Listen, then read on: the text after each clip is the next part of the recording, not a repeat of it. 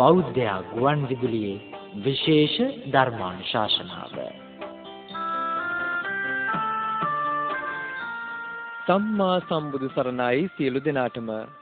කෙලෙසුම් නසා උතුම් වූ නිර්වාණයේ ద్వාරය විවර කරගනු රිසියෙන් බෞද්ධ ගුවන් විදුලිය ඔබ වෙත සංනිවේදනය කරන දායකත්ව ධර්මදේශනා මාලාවේ තවත් එක් ධර්මදේශනාවක් අපි මෙලෙස ආරම්භ කිරීමටයි සූදානම් වන්නේ. ඒ සඳහා වැඩම අවදාළ කොළඹ 7 බෞද්ධ ආලෝක මාවතේ නාරද බෞද්ධ මධ්‍යස්ථානාධිකාරී ශාස්ත්‍රපති රාජකීය පඬිත පූජ්‍යපාද තලල්ලේ චන්දකිත්ති ගෞරවනීය ස්වාමීන්ද්‍රයන් වහන්සේ අපි සියලු දෙනාම එක්ව සාදුනාද පවත්වා පිළිගනිමු. සාදු සාදු සාදු.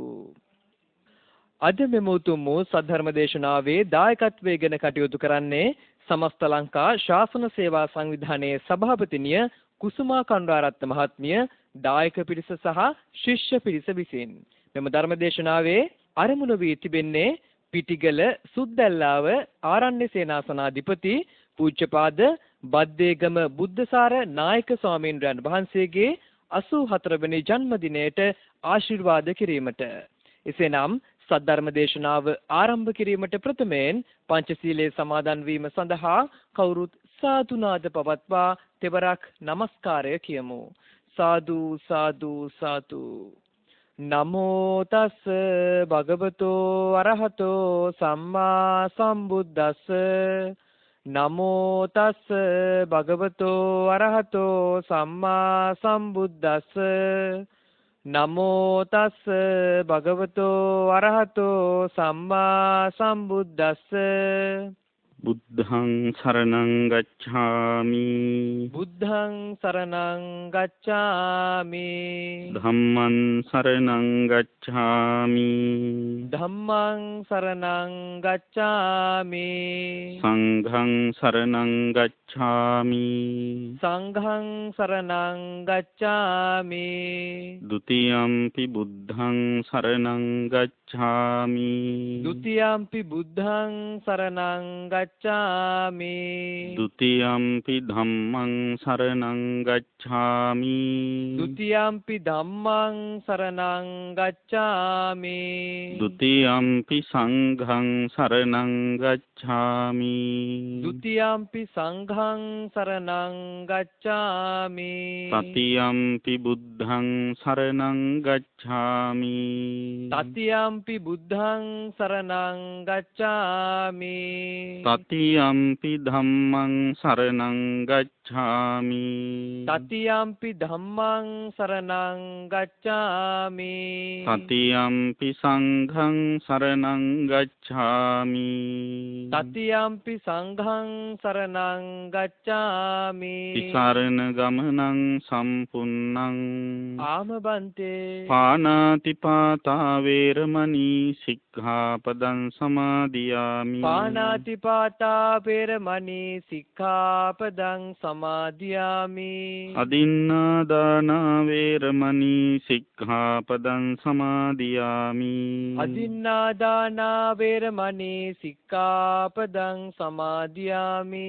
කාමීසු මිච්ඡාචාරා වේරමණී සික්ඛාපදං සමාදියාමි.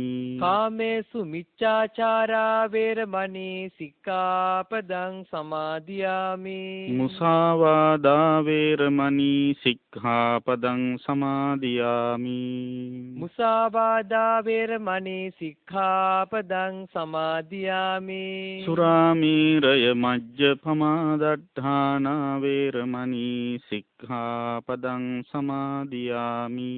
සුරාමේරය මච්ඡපමා දට්ඨානා වේරමණී සික්ඛාපදං සමාදියාමි. විසරණීන සද්ධින් පංචශීලං ධම්මං සාධුකං සුරක්ෂිතං කତ୍වා අප්පමාදේන සම්පාදේත. ආමබන්තේ සාදු සාදු සාදු. සමන්ත චක්ඛවාලේසු අත්‍රා ගච්ඡන්තු දේවතා සද්ධම්මං මුනි රාජස් සුනන්තු සග්ග මොක්ඛදං. ධම්ම ශ්‍රවණ කාලෝ අයං භදන්තා ධම්මස්සවන කාලෝ අයං භදන්තා ධම්මස්සවන කාලෝ අයං භදන්තා සාදු සාදු සාදු. නමෝ තස්ස භගවතෝ අරහතෝ සම්මා සම්බුද්දස්ස නමෝ තස්ස භගවතෝ අරහතෝ සම්මා සම්බුද්දස්ස නමෝ තස්ස භගවතෝ අරහතෝ සම්මා සම්බුද්දස්ස සාදු සාදු සාදු. ඉතිකෝ භික්ඛවේ නයිදං බ්‍රහ්මචරියං ලාභ සක්කාර සිලෝකානි සංසං න සීල සම්පදානි සංසං න සමාධි සම්පදානි සංසං ඥාන දස්සනානි සංසං යාචකෝ අයං භික්ඛවේ අකුප්පා චේතෝ විමුක්ති ඒතදත්තමිතං භික්ඛවේ බ්‍රහ්මචරියං ඒතං සාරං ඒතං පරියෝසානං තී. සාදු සාදු සාදු. ශ්‍රද්ධාවන්ත පින්වත්නි, දැන් හැම දිනාම සූදානම් වෙන්නේ ධර්ම ශ්‍රවණය කරන්න. අද මේ උතුම් විශේෂ ධර්ම දේශනාමය පින්කම මෙලෙසින් සිදු කරනු ලබන්නේ ඊටාම උතුම් සත්පුරුෂ අරමුණක් පෙරදරි කරගෙන අපේ ශ්‍රී ලංකා ද්වීපයට සම්බුද්ධ ශාසනයට සුවිශාල සේවාවක් සිදු කරමින් බුදු සසුන නගා සිටුවීමෙහිලා පුරෝගාමී යුග මෙහෙවරක නිරතව කටයුතු කරන පිටිගල සුද්දැල්ලාව ආරණ්‍ය සේනාසනාධිපති අපේ අතිපූජනීය බද්ධේගම බුද්ධසාර නායක මාහිම්පාණන් වහන්සේගේ 84 වෙනි ජන්මදිනය නිමිති කරගෙන නායක මාහිමිපාණන් වහන්සේට ආශිර්වාද ප්‍රාර්ථනා කරනු පිණිසයි මේ පින්කම මෙලෙසින් සිද්ධ කරන්නේ. විශේෂයෙන්ම සමස්ත ලංකා ශාසන සේවා සංවිධානයේ සභාපතිනිය කුසුමා කරුණාරත්න මහත්මනිය, ඒ වගේම නායක මාහිම්පාණන් වහන්සේගේ දායක පිරිස සහ ශිෂ්‍ය භික්ෂුන් වහන්සේලා ඇතුළු ශිෂ්‍ය පිරිස එකතු වෙලා උන්වහන්සේට සෙත් ප්‍රාර්ථනා කරනු පිණිසයි මේ පින්කම මෙලෙසින් ධර්ම දානමය පින්කමක් ලෙසින් සිද්ධ කරන්නේ. විශේෂයෙන්ම මා කෘතවේදීව මේ මොහොතේ සිහිපත් කරන්න ඕන, අපි කුඩා කාලයේදීත් අපේ බද්දේගම බුද්ධසාර නායක මාහිම්පාණන් වහන්සේ යටතේ භාවනාව ප්‍රගුණ කළා. විවේකයෙන් උන්වහන්සේගේ භාවනා මධ්‍යස්ථානයේ කාලය ගත කළා. ඒ වගේම අප ගුරු දේවෝත්තම අතිපූජනීය අම්පිටි ශ්‍රී රාහුල නායක මහා ස්වාමීන්ද්‍රයන් වහන්සේ ඊටාම කැමැත්තෙන් කල්යාණ මිත්‍රත්වයෙන් ඇසුරු කළ ස්වාමීන්ද්‍රයන්න් වහන්සේ නමක් තමයි බද්දේගම බුද්ධසාර නායක ස්වාමීන්ද්‍රයන් වහන්සේ කියන්නේ.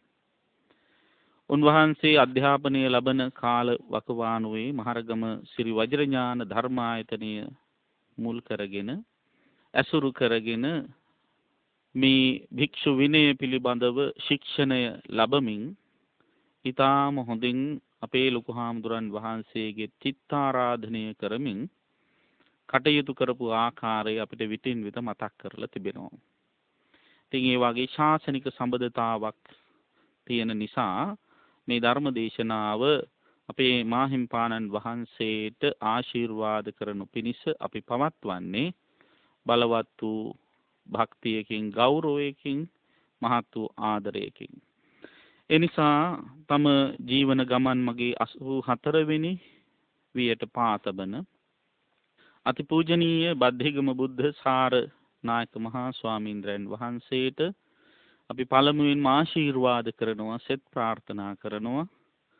මේ උතුම් ධර්ම දානමය කුසල ධර්මයන්ගේ අනන්ත අනුහසි බලයෙන්, ඒ වගේම අපේ නායක මාහිම්පාණන් වහන්සේ තමන් වහන්සේගේ උතුම් පැවිදි ජීවිතයෙන් මේ සම්බුද්ධ ශාසනයට, රටට, ගාලු දිස්ත්‍රික්කයට සුවිශාල සේවාවක් සිදු කරනවා. ඒ උතුම් අනන්ත ගුණානුභාව බලයෙන්, ඒ සියලු පින්කම් වල අනුහස් බලයෙන් නිදුක් නිරෝගී සුව දිගාසිරි සම්පත් සැලසේවා, කායික මානසික සුවපත් භාවයේ වේවා, උන්වහන්සේට සුබ උපන් දිනක්ම වේවා කියලා පළමුවෙන්ම ආශිර්වාද ප්‍රාර්ථනා කරනවා. පින්වත්නි, අද මේ වෙලාවේ ධර්ම දේශනාව සඳහා මා මාතෘකා වශයෙන් ප්‍රකාශ කළේ ඊටම වැදගත් සූත්‍ර දේශනාවකට අයිති ගාථා පාඨයක්. අද ධර්ම දේශනාවට මොන වාගේ දේශනාවක් කරන්න සුදුසුද කියලා කල්පනා කර ඉඳෙද්දී මට හිතුණා අපේ නායක මාහිම්පාණන් වහන්සේගේ පැවිදි ජීවිතයත් සම්බන්ධ කරලා ඒට ගැළපෙන සූත්‍ර දේශනාවක් තුලින් දේශනාව කළ යුතුයි කියලා එහෙම කල්පනා කරනකොට අපිට මතක් වුණා මජ්ක්‍ධිම නිකායේ මූල පණ්ණාසකයේ ඕපම්ම වර්ගයේ හිතෙනවා සූත්‍රයක් මහා සාරෝපම සූත්‍රය කියලා. මෙන්න මේ මහා සාරෝපම සූත්‍රය ඇසුරෙන් තමයි මේ ධර්ම දේශනාව මම අද පවත්වන්නේ. එය බෞද්ධ භික්ෂුන් වහන්සේ නමකගේ මූලික ඉලක්කය කුමක් විය යුතුද කියන එක මනාලෙස විස්තර කරලා දෙන සූත්‍ර දේශනාවක්. මේ සූත්‍ර දේශනාව බුදුහාමුදුරු දේශනා කළේ බුදුරජාණන් වහන්සේ රජගහ නුවර වැඩ ඉඳෙද්දී. රජගහ නුවර තිබුණ පින්නතුනි දුර ඉඳලා බලන කෙනෙකුට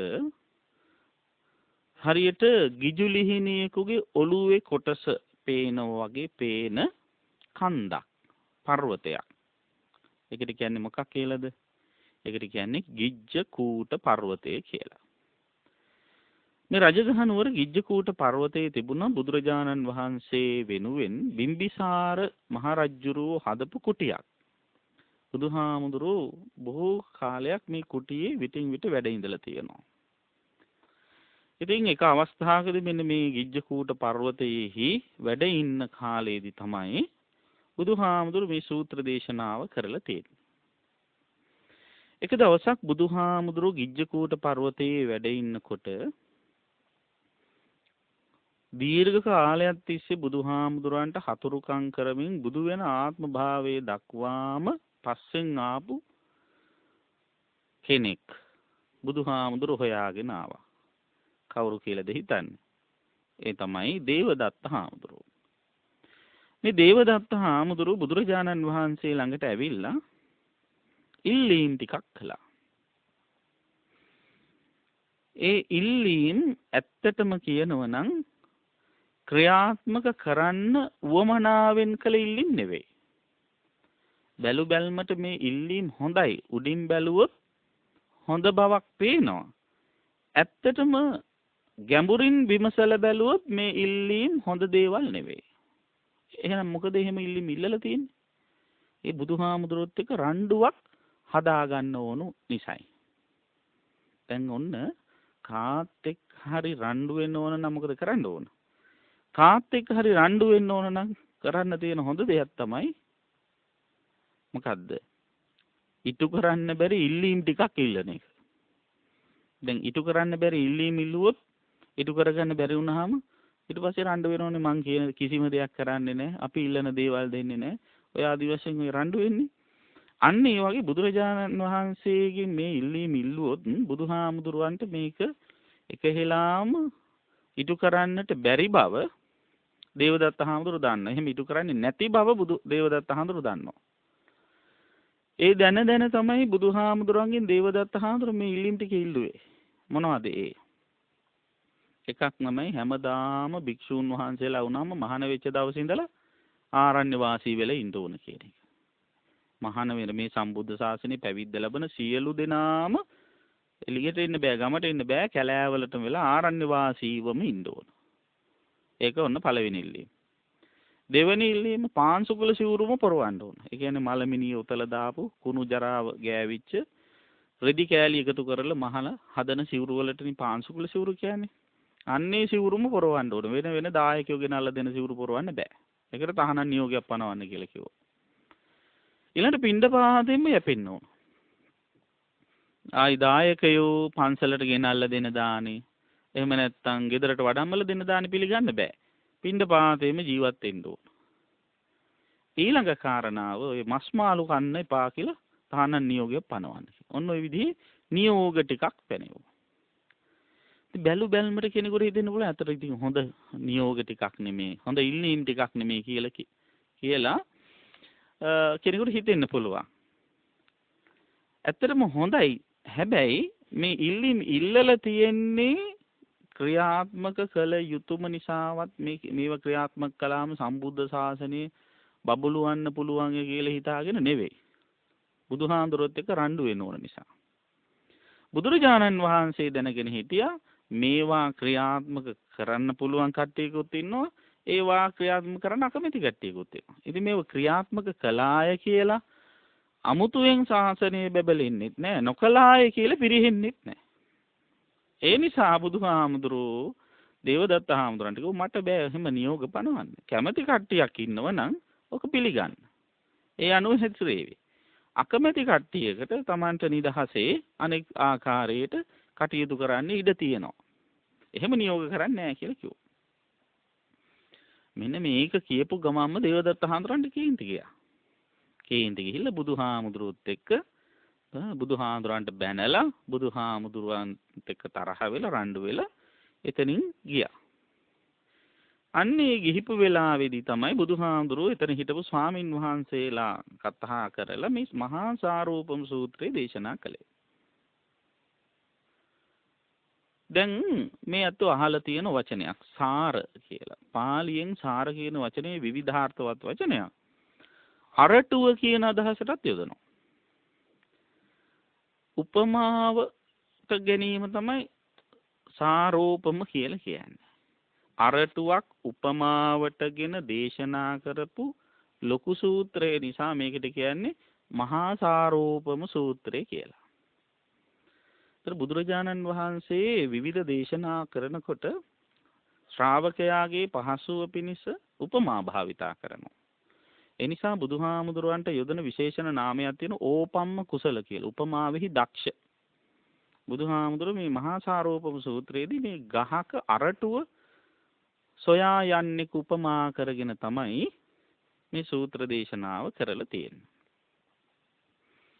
දැන් ඇත්තටම බැලුවොත් මේ ධර්මයේහි අරටුව සොයා යාමක් තමයි බෞද්ධ අප හැමදෙනා විසින්ම කරන්න ඕන. නමුත් බොහෝ දෙනා මේ ධර්මයේ අරටුව සොයනවාට වැඩිය මේ ධර්මයේ පිටපැත්තෙන් තියෙන යම් යම් දේවල් වල රැවටිලා ඒව අල්ලාගෙන ධර්මය කියන්නේ මෙන්න මේක තමයි කියලා හිතාගෙන ගමන අඩාල කරගෙන ඉන්නවා. ඉතින් ඒ බඳු ගිහි පැවිදි හැමෝටම මේ සූත්‍ර දේශනාව වටිනවා. දැන් ධර්මෙහි අරටුව හොයන කෙනෙකුට හාමුදුරු කෙනෙක් හැමදාම ආරණ්‍යවල ඉන්න ඕනේ කියලාම හිතන්නේ නැහැ.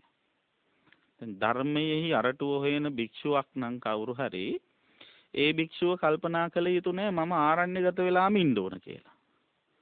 ධර්මයේ අරටුව හොයන භික්ෂුවක් නම් ඒ භික්ෂුව හොයන්න ඕන නැහැ මම පින්ඩපාතෙන්ම යැපෙන්න ඕන කියලා. ධර්මයේ අරටුව සොයන භික්ෂුවක් නම් හිතන්න හොඳ නෑ මම පාංශුකුල සිවුරුම පොරවන්න ඕන කියලා. ඒ කියන්නේ ඒව නරකයි කියන එක නෙවෙයි. ධර්මයේ අරටුව තියෙන්නේ අන්න ඔය කියන කාරණා තුලයි කියලා හිතන්න හොඳ නෑ. මස් මාළු නොකා ඉඳීම තුලයි ධර්මයේ අරටුව තියෙන්නේ කියලා හිතන්න හොඳ නෑ. දැන් සමහර අය අරටුව හැටියට සලකන්නේ යන්නේ ඒව තමයි. සමහරුගේ බෞද්ධකම මනින්නෙත් ඒ වගේ දේවල් වල ඉන්නේ. සමහර හාමුදුරුවරුන්ගේ තියෙන ගුණවන්තකම් මනින්නෙත් ඕවා ඉන්නේ. එහෙමම කරන්න බෑ. මොකද එදා කාලේ බුදුරජාණන් වහන්සේගේ කාලෙත් ග්‍රාමවාසී ආරණ්‍යවාසී භික්ෂුන් වහන්සේලා හිටියා. ග්‍රන්ථ දුර විදර්ශනා දුර කියලා දුර දෙකක් තිබුණා. ග්‍රන්ථ දුරය කියලා කියන්නේ ඒ බුදුරජාණන් වහන්සේ විසින් දේශනා කරන ධර්මය අධ්‍යයනය කරලා ඉගෙන ගන්න පිරිස. විදර්ශනා දුරය කියලා කියන්නේ ඒවා භාවිතා කරලා භාවනාවට නැඹුරුව වැඩියෙන් භාවනාවටම කැප වෙලා කටයුතු කරන අය. ඉතින් ඒ දෙකෙන්ම අවබෝධයටපත් වෙන්නට පුළුවන්කම තියෙනවා. ඉතින් භාවනාව ඒ සඳහා අත්‍යවශ්‍ය කාරණයක්. ඉතින් ඒ භාවනා කරන භික්ෂුන් වහන්සේලාට ආරණ්‍ය ගත විය යුතුම නැහැ. නමුත් ආරණ්‍ය ගත වෙලා ඉන්න එකේදී භාවනාවට තියෙන බාධාවල් අඩු කරගන්න පුළුවන්කම තියෙනවා.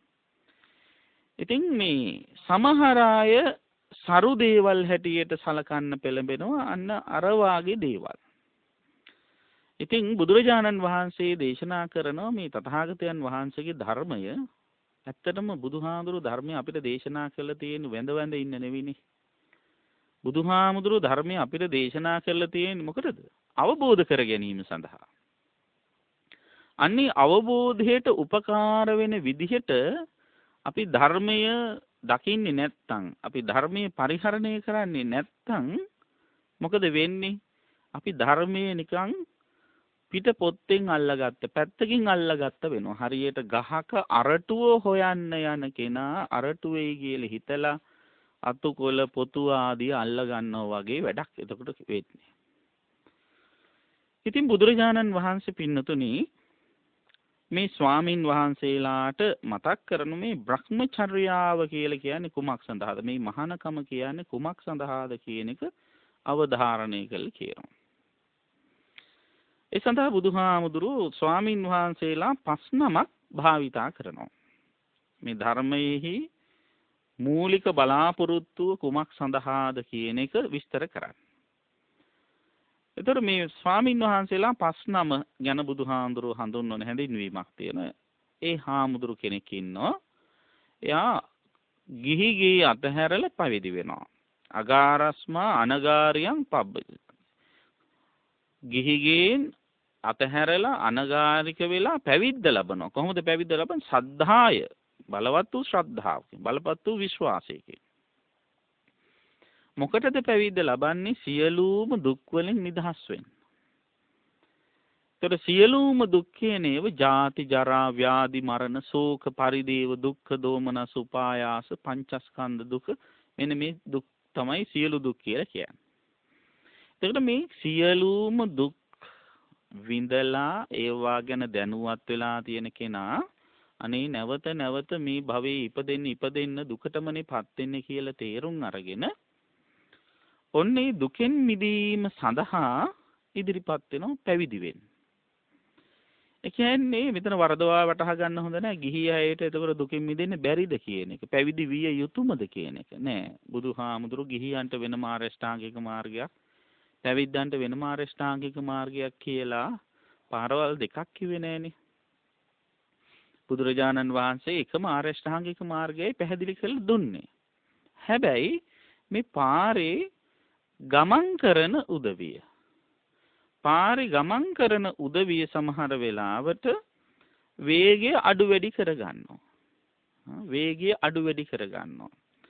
දැන් උදාහරණයකට ගත්තොත් දැන් ගමන් කරන වාහනයේ බර වැඩියෙන් පටවල තියෙනවනම් පාර කොච්චර හොඳ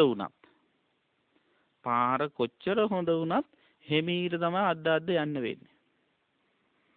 වාහනේ සැහැල්ලු නම් පාර ගමන් කරන වාහනේ සැහැල්ලු නම් වේගෙන් යන්න පුළුවන්. අන්න ඒ වගේ දැන් අපි හිතමු ඔය හයිවේ එක තියෙනවනේ, අධිවේගී මාර්ගයේ තියෙනවා. අධිවේගී මාර්ගේ උනත් ඔය කන්ටේනර් එකක් වගේ බර හොඳටම පටවලා ගෙනියන වාහනයක් තියෙනවා කියලා හිතන්න. එතකොට ඒකේ යනකොට පාරත් හොඳයි. හැබැයි වාහනේ බර වැඩි.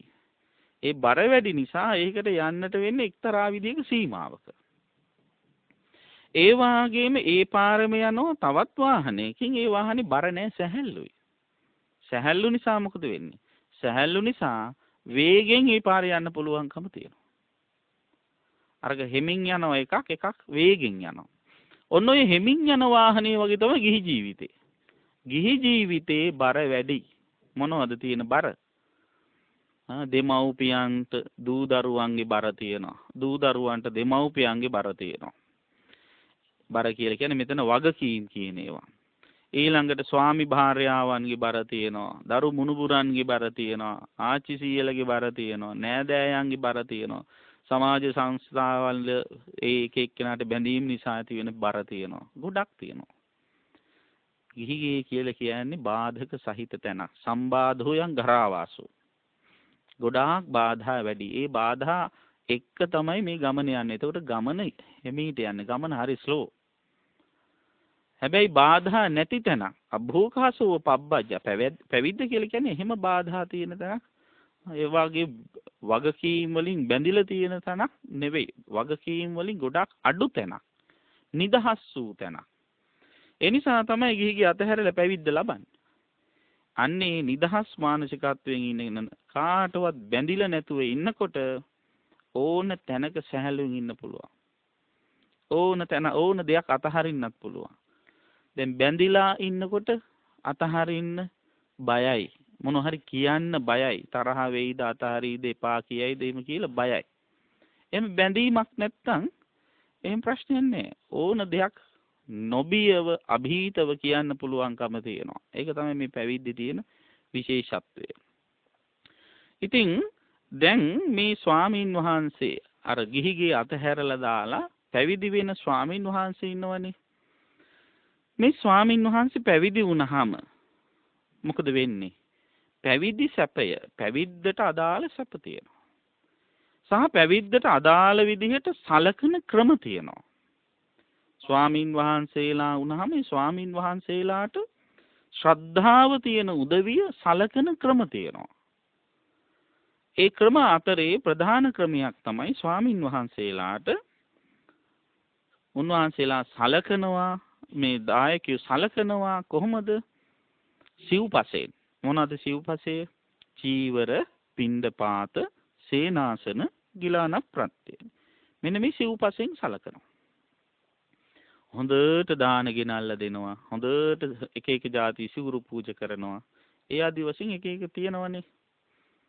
අන්න ඒ විදිහට සිව්පසෙන් සලකනවා. ලාභ සත්කාර කීර්ති ප්‍රශංසා බහුලව ලැබෙනවා මේ ස්වාමින් වහන්සේට මහාන වුණාට පස්සේ. දැන් මෙන්න මේ සිව්පසෙන් සලකන දායකයෝ මේ පැහැදීම නිසා සලකන දායකයෝ පොඩ්ඩක් සැලකිලිමත් වෙනවනේ අපි මේ සලකන ක්‍රමේ හරිද කියලා. දැන් අපේ සමාජයේ සමහර දායකයෝ හාමුදුරුවන්ට පැහැදෙනවා. මොකක් නිසාද හොඳට බැලුවොත් ඒ ඔන්න සමහර දායකයෝ පැහැදෙනවා බලන්න අර හාමුදුරුවෝ සෙරෙප්පු දෙකක්වත් දාන්නේ නැතුව පයින්මනේ යන්නේ කියලා පැහැදෙනවා. මේ පැහැදෙන්නේ සෙරෙප්පු දාන්න නැති නිසා. ඊට පස්සේ මොකද දායකය කරන්නේ? පැහැදුනාට පස්සේ අර හාමුදුරන්ට කියන ස්වාමීන් වහන්සේ මම පිට රටින්ම ගෙන ආපු ඉතාලියෙන්ම ගෙන ආපු වටින සෙරෙප්පු දෙකක් තියෙනවා වහන්සේටම පූජා කරන්න ඕන කියලා. දැන් ඒ සෙරෙප්පු දෙක පූජා කරන්න පැහැදීම ඇති උනේ මොකක් නිසාද? පැහැදීම ඇති උනේ සෙරෙප්පු නොදා ගම වැඩපු නිසා. පූජා කරන්නේ මොකද්ද? ඒට ප්‍රතිවිරුද්ධ දෙයක්. සමහර දායකයෝ ඉන්නවා හාමුදුරුවෝ බොහොම අල්පේච්ඡතාවයෙන් යුක්තව ඔය මූටු කරපු රෙදි කෑලි එක්ක තියෙන සිවුරක් පොරවගෙන හිටියොත් ඒකට පැහැදෙනවා. එහෙම පැහැදින එක නරක නෑ. ඊට පස්සේ මොකද කරන්නේ? පැහැදිලා අර හාමුදුරුවෝ හොයාගෙන ගිහිල්ලා පූජා කරනවා. මොනවද? සිවුරුමයි පූජා කරන්නේ. ඔන්න බලන්න ඉතින් පැහැදීමේ හැටි. කොහොමද කියලා කල්පනා කරලා බලන්න ඕනේ. සමහර අය පයින් යන හින්දා පැහැදෙනවා නේ කොච්චර හොඳයිද පයින්මයි වඩින්නේ වාහනයක යන්නෙම නෑ කියලා පැහැදිලි කරලා ඊට පස්සේ අර හාමුදුරන්ට කරදර කරනවා නගින්න ස්වාමීන් වහන්සේ මගේ වාහනේට කොහොම හරි මං එක්ක යන්නම් කියලා. දැන් මේ ප්‍රසාදය සහ මේ ප්‍රසාදයට සරිලන විදිහට කරනු ලබන සැලකීම් පූජාවන් මොනතරම් විදිහට ගැළපෙනවද කියන එක හොඳට විමසලා බලන්න. සමහර දායකයෝ අන්න මේ විදිහට එහෙම හොයලා බලන්නේ නැතුව යම් යම් දේවල් පූජා කරන අවස්ථාවක් තියෙනවා. පැහැදුනාම. ඉතින් කෙසේ වෙතත් දැන් ඔන්න සිව්පසයෙන් මේ හාමුදුරන්ට සලකනවා. දැන් ගෙදර ඉන්නකොට කවුරුවත් ඔහොම සැලකුවේ නෑ. නමුත් මහාන වුණාට පස්සේ හොඳට දානය දෙනවා, සිවුරු පූජා කරනවා, හොඳ පන්සල් හදලා දෙනවා, බෙහෙත් හේත් හොඳ මල්ටි විටමින් ಜಾති ඔක්කොම ගෙනල්ලා දෙනවා. ඒව ලැබුණාම මේ හාමුදුරුවන්ට ඔන්න බලන්න හිතේ හැටි. ඊටාම සියුම් මානසිකත්වයක් එනවා. මොකද්ද මානසිකත්වය? මට දායකයෝ හොඳට සලකනවා.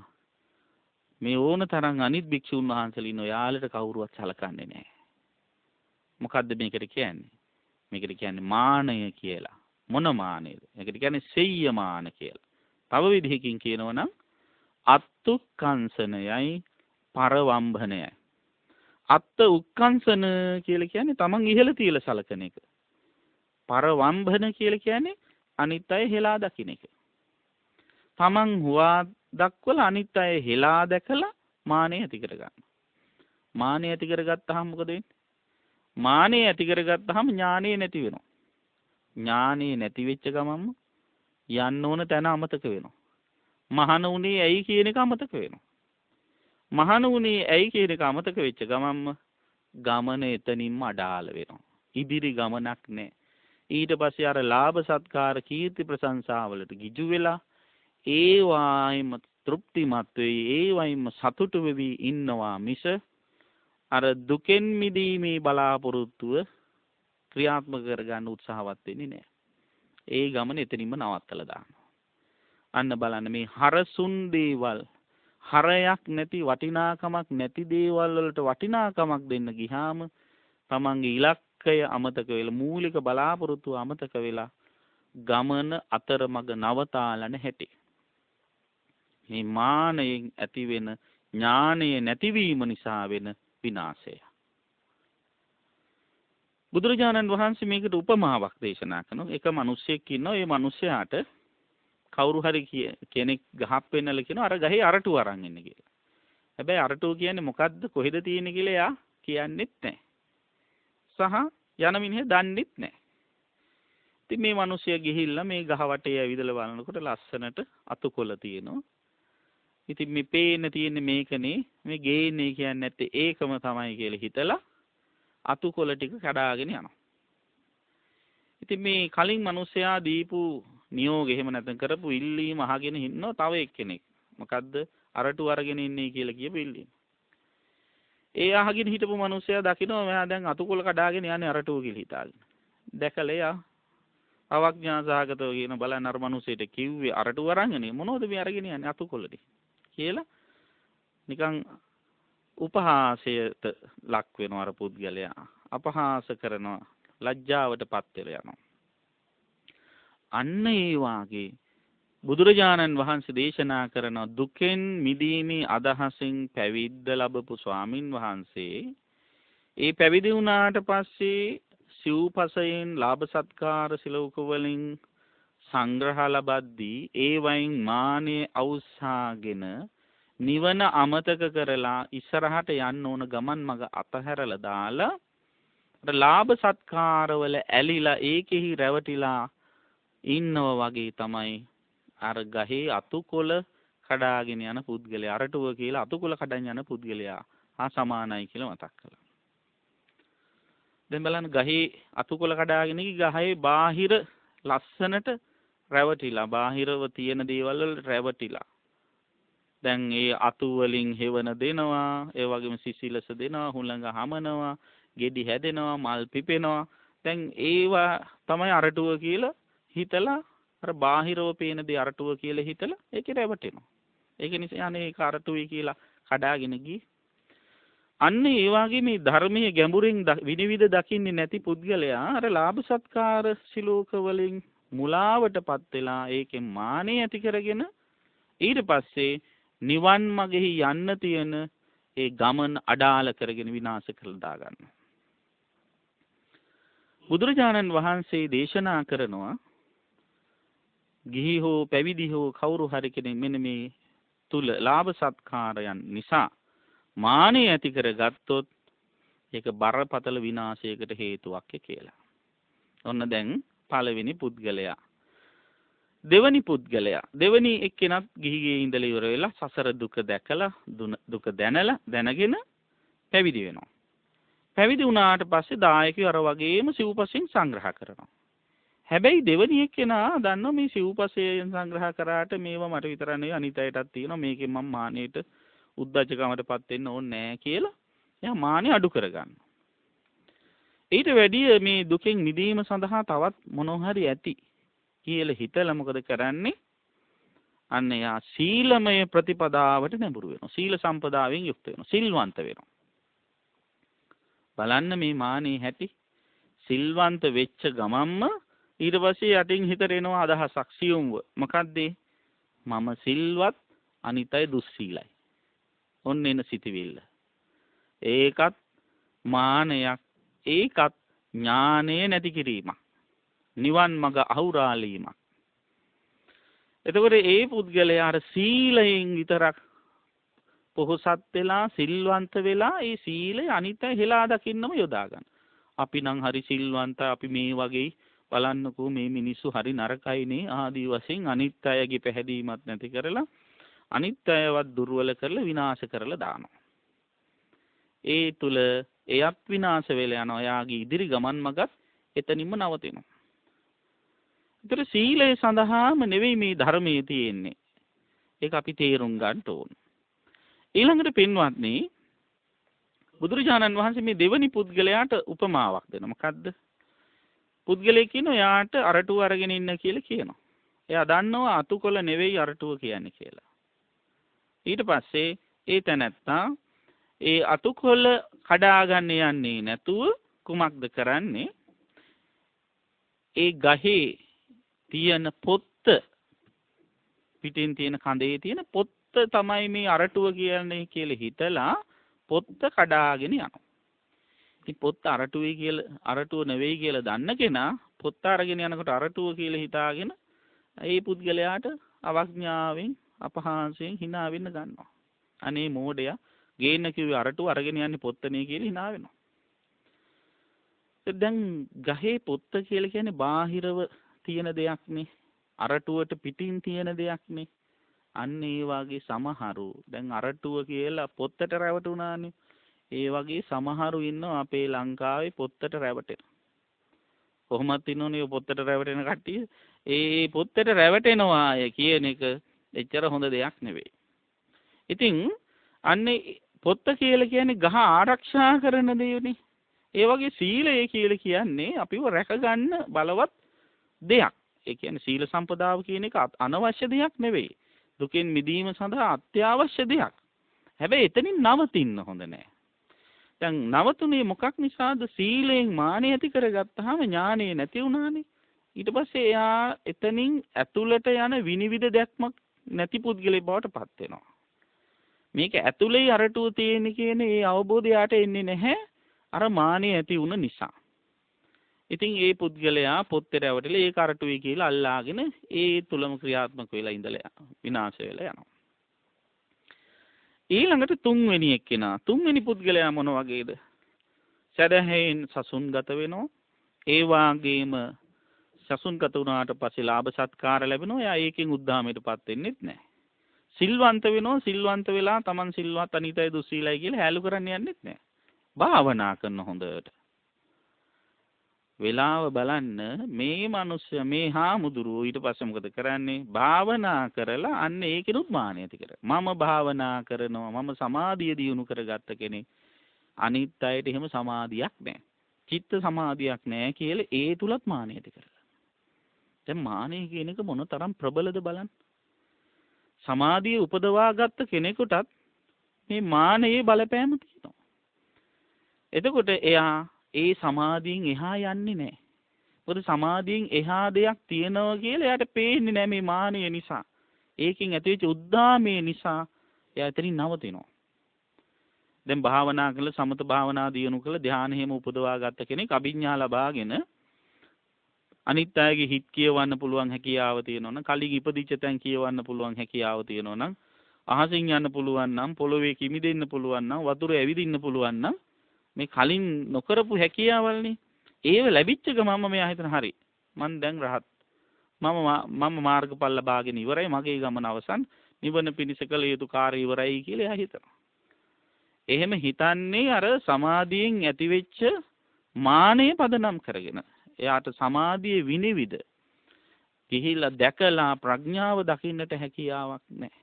අර විදර්ශනාවට නැඹුරු වෙන්න හැකියාවක් නැති කරන බලවත් ක්ලේශ ධර්මයක් තමයි මේ මානෙ කියන එක. ඒ පුද්ගලයා ගැන බුදුරජාණන් වහන්සේ සඳහන් කරනවා එක මිනිස්සෙකුට කියනවා ගහ කරටු හොයාගෙන කියන එක. ඉතින් යා අතුකොළ අරටු නොවේ කියලා දන්න නිසා අතුකොළ අල්ලන්නේ නැහැ. ඒ වගේම පොත් අරටු නොවේ කියලා දන්නවා. ඒ නිසා පොත් අරගන්නේ නැහැ අරටු. දැන් ඔය පොත්තයි එළයයි අතරේ තියෙන ඊටාම සියුම් එකක්. මොකද්ද ඒ? ඒ තමයි සිවිය. සිවිය කියලා කියන්නේ ඊටාම සියුම් හරියට සමාධිය වගේ. සමාධිමත් වූ සිත වගේ. මෙන්න මේ සමාධියේ රැවටිලා මුලා වෙලා එතනින් එහා දෙයක් නැහැ. එච්චරට සියුම් තත්වයටම මං හිත දියුණු කරා කියලා හිතනවා වගේ අර සිවියෙහි සමහරු රැවටිලා මෙන්න මේක තමයි මේ හොයාගෙන ඉන්න කියපු වැදගත්ම දේ කියලා හිතලා සිවිය අරගෙන අරටුව කියලා හිතාගෙන. එහෙම හිතන මිනිස්සයාටත් මේ ධර්මයේ අර ගහේ අරටුව විනිවිද දකින්න බෑ වගේ මේ ධර්මයෙහි අරටුව විනිවිද දකින්න බෑ සමාධියෙන් එහා යන්නේ නැත්තම්. ඊළඟට හතරවෙනි පුද්ගලයා. හතරවෙනි කෙනාත් සදහැයින් සසුන්ගත වෙනවා.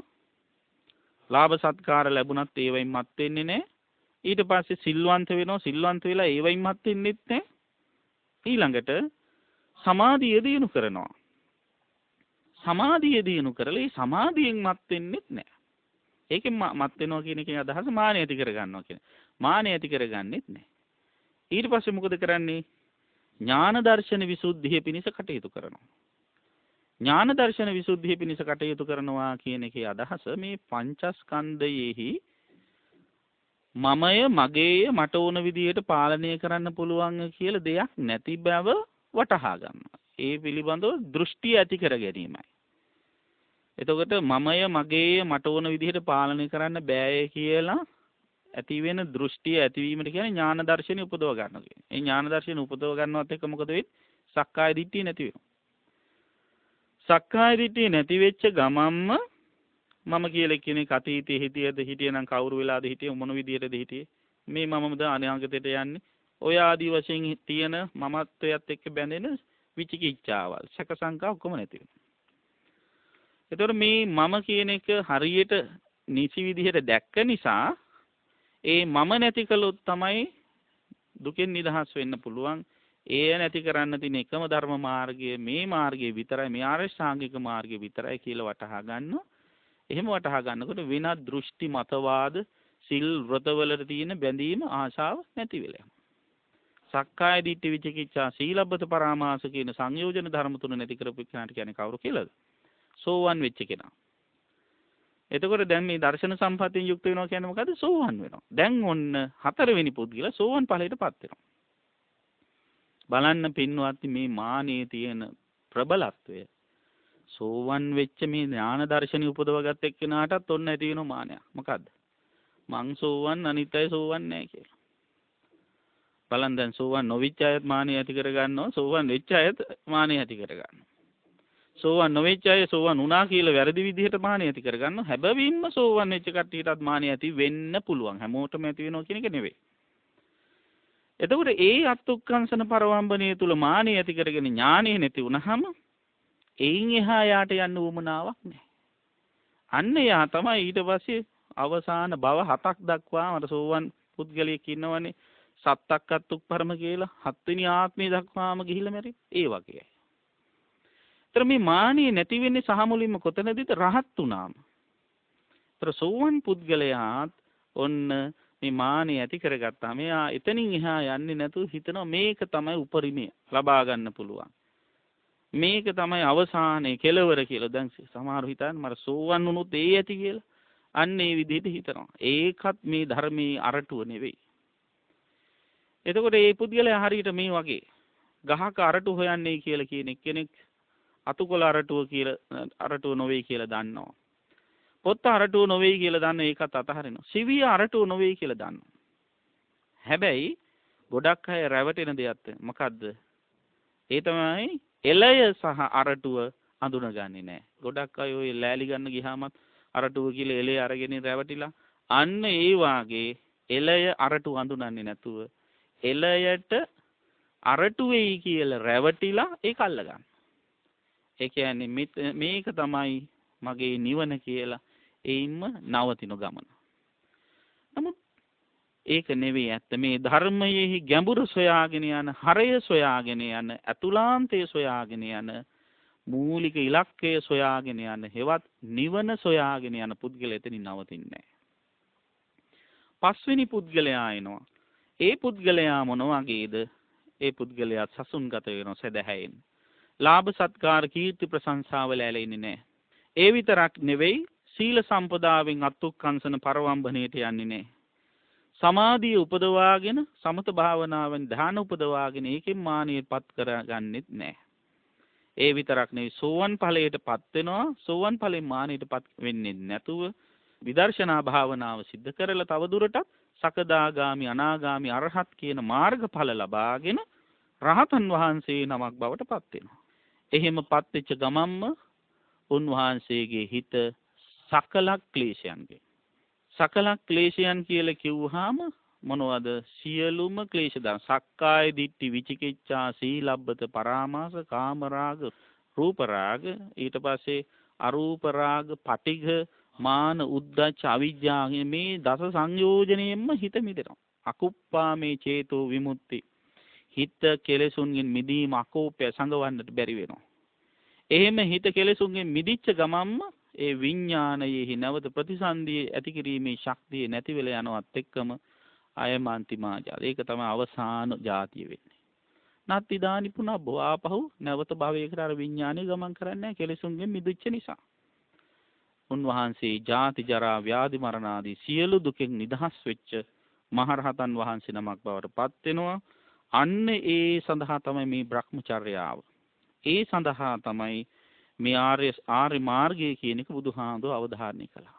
ඒතර අපි යම් යම් දේවල් වලින් සෑහීමටපත් වෙන්නේ නැතුව ඔන්න ඔය කියන නිවනම ඉලක්ක කරගෙන ගමන් කරන්න ඕන. පස්වෙනි පුද්ගලයා වගේ. කොහොමද?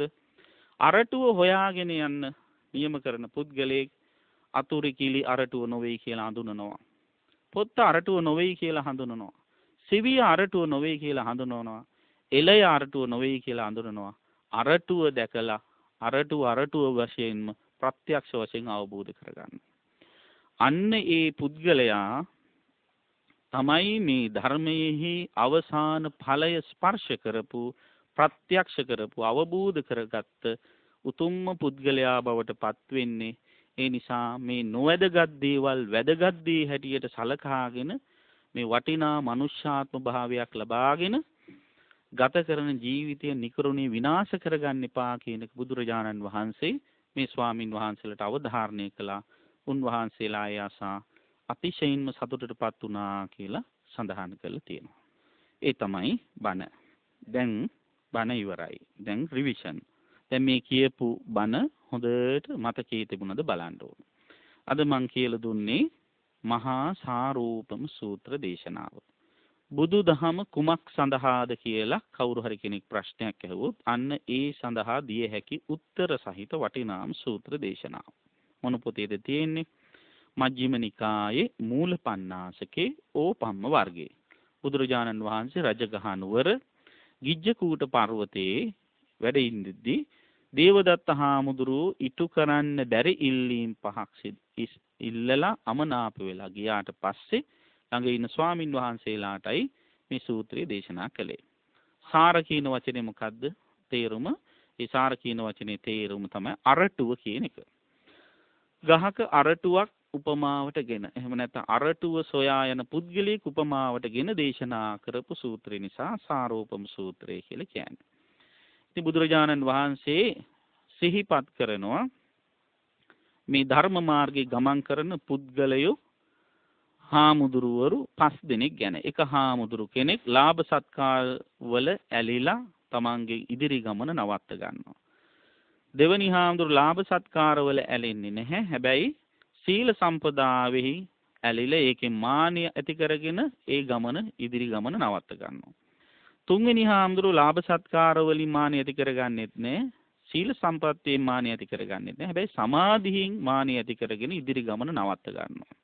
හතරවෙනි හාමුදුරුවෝ ලාභ සත්කාරවල මානිය ඇති කරගන්නෙත් නැහැ. සීල සම්පදාවෙන් මානිය ඇති කරගන්නෙත් නැහැ. සමාධියෙන් මානිය ඇති කරගන්නෙත් නැහැ. හැබැයි සෝවන් ඵලයට පත්වල ඥාන දර්ශනයෙන් මානිය ඇති කරගෙන ඉදිරි ගමන නවත්ත ගන්නවා. ඉදිරි ගමන කියන්නේ මේ කෙලෙස් නසා යන නිවන කරා යන ගමන. පස්වෙනි හාමුදුරුවෝ තමයි සෝවන් ඵලයෙන් පමණක් සීමාවටපත් වෙන්නේ නැතුව අනෙකුත් සියලු සංයෝජන ධර්මත් ඡය කරලා දාලා ඒ නිවන සොයාගෙන ඒ අත්විඳින පුද්ගලයා බවට පත් වෙන්නේ. එතකොට බුදුරජාණන් වහන්සේගේ ඉගැන්වීමට අනුව පළවෙනි හාමුදුරුවෝ සාරය කියලා අරටුව කියලා ඒ ගහේ අතුරුකිලි අරටුව කියලා සැලකුවා. ඒ වගේම දෙවෙනි පුද්ගලයා පොත්ත කියලා සැලකුවා අරටුව කියලා හිතුවේ ඒකයි. තුන්වෙනි එක්කෙන අරටුව කියලා හිතුවේ සිවියයි. හතරවෙනි එක්කෙන අරටුව කියලා හිතුවේ එළයයි. පස්වෙනි එක්කෙනා තමයි අරටුව විදිහටම දැක්කේ. එතකොට තවත් විදිහකින් කියනවා නම් ලාභ සත්කාර කීර්ති ප්‍රශංසා වලින් නවතින එක්කෙනා හරියට අරටුව කියලා ගහේ අතුකොළ අල්ලගත්තා වගේ පුද්ගලයෙක්. ඒ වගේම සීල සම්පදාවෙන් නවතින පුද්ගලයා අරටුව කියලා පොත්ත ගැන හිතලා රැවටුණා වගේ. ඊළඟට සමාධි සම්පදාවෙන් ගමන අඩාල කරගත්ත එක්කෙනා අරටුව කියලා හිතලා සිවියේ අල්ලාගත් පුද්ගලයා වගේ. ඒ වගේම ඥාන දර්ශනානිසංසයෙන් ගමන නවත්තගත් පුද්ගලයා හරියට අරටුව කියලා හිත එළය අල්ලාගත්තා වගේ. අවසාන පුද්ගලයා තමයි හරියටම කෙලෙසුන්ගෙන් මිදිච්ච රහතන් වහන්සේ තමයි අරටුව ලබාගත් පුද්ගලයා බවට පත් වෙන්නේ. ඒ නිසා බුදුරජාණන් වහන්සේගේ මේ ධර්මයේහි පරමාර්ථය හොඳට ඉගෙන ගන්න. බුදුරජාණන් වහන්සේ අපිට මතක් කළේ අවසාන වශයෙන් ඉතිකෝ භික්ඛවේ නයිදම් බ්‍රහ්මචර්ය. මහණෙනි මේ බ්‍රහ්මචර්යාව කියන එක මේ ආර්ය මාර්ග ගමන් කිරීම කියන එක ලාභ සත්කාර කීර්ති ප්‍රශංසා පිණිස නෙවෙයි. න සීල සම්පදානිසංසං සීල සම්පත්තිය ආනිසංස පිණිස නෙවෙයි. ඒ වගේම න සමාධි සම්පදානිසංසං සමාධිය සම්පත්තිය කෙලවර කරගත් එකක් පිණිසම නෙවෙයි. න ඥාන දස්සනානිසංසං ඥාන දර්ශනය කෙලවර කරගත් එකක් මම නේ. සෝවන් ඵලයටපත් වීම කෙලවර කරගත් එකක් මම නෙවෙයි. ඒ වගේම මේ බුදුරජාණන් වහන්සේගේ බ්‍රහ්මචර්යාව නිවනම කෙලවර කරගත් අරහත් භාවයම කෙලවර කරගත් එකක් කියන එක වටහාගෙන අන්නේ නිවනම ඉලක්ක කරගෙන අපේ ජීවිත හැඩගස්ව ගන්න හැමදිනම අදිෂ්ඨාන කරගන්න. ඒ සඳහා හැමත මේ දේශනා උපකාරයක්ම වේවා. මේ උතුම් කුසල් බලෙන් හැමත හැකි තරම් ඉක්මනින් නිවන් සුව සැලසේවා කියලා සාදු කියලා ප්‍රාර්ථනා කරන්නේ. ආකාසට්ඨා ච බුම්මට්ඨා දේවා නාග මහිද්దికා පුඤ්ඤන්තං අනුමෝදිත්වා චිරං රක්ඛන්තු ශාසනං චිරං රක්ඛන්තු දේශනං චිරං රක්ඛන්තු ත්වං සදා. ධර්ම ශ්‍රවණානිසංසින් හැමත උතුම් නිවන් සුව සැලසේවා. පින්වත්නි, අද මේ උතුම් ධර්ම දේශනාවෙහි දායකත්වයෙන් කටයුතු කරන්නේ සමස්ත ලංකා ශාසන සේවා සංවිධානයේ සභාපතිනිය කුසුමා කරුණාරත්න මහත්මණිය, දායක පිරිස සහ ශිෂ්‍ය පිරිස ඒක රාශී වෙලා විශේෂයෙන්ම පිටිගල සුද්දැල්ලා වාරණ්‍ය සේනාසනාධිපති අපේ අතිපූජනීය බද්දේගම බුද්ධසාර නායක මහා ස්වාමීන්ද්‍රයන් වහන්සේගේ 84 වෙනි ජන්මදිනයෙන් අපේ නායක මාහිම්පාණන් වහන්සේට සෙත් ප්‍රාර්ථනා කරන්නට, උන්වහන්සේ ග්‍රාමවාසී ආරණ්‍යවාසී සෑම භික්ෂුන් වහන්සේ නමකගේම චිත්තාරාධනය කරමින් හැම දිනාගේම ගෞරවයට පත්ව වාසය කරන උතුම් සංඝ පීතෘන් වහන්සේ නමක්. ඉතින් අපි මුළු හදවතින්ම උන්වහන්සේට ආශිර්වාද කරමු. මේ උදාාරතර කුසල ධර්මයන්ගේ බලයෙන් උන්වහන්සේට නිදුක් නිරෝගී සුව දිගාසිරි සම්පත් සැලසේවා කියලා සාදු කියලා ප්‍රාර්ථනා කරන්න.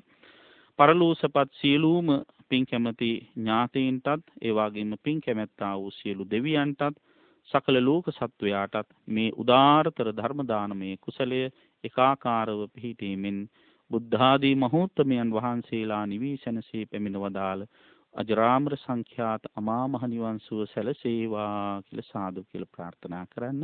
හැම දිනාටම තෙරුවන් සරණයි. සාදු සාදු සාදු. ඒ උතුම් වූ සද්ධර්ම දේශනාව පවත්වා වදාළ කොළඹහත බෞද්ධ ආලෝකමාවතේ නාරද බෞද්ධ මධ්‍යස්ථානාධිකාරී ශාස්ත්‍රපති රාජකීය පඬිත පූජ්‍යපාද තලල්ලේ චන්දකිත්ති ගෞරවනීය ස්වාමීන්ද්‍රයන් වහන්සේට තවත් চিරාත් කාලයක් මෙවැනි වූ ශාස්ත්‍රීය කටයුතු වල නිරත වීමට අවශ්‍ය ශක්තිය ධෛර්යය නිදුක් නිරෝගී චිරජීවනයේ ලැබේවායි අපි සියලු දෙනාම එක්ව සාදුනාද පවත්වා ප්‍රාර්ථනා කරමු. සාදු සාදු සාදු.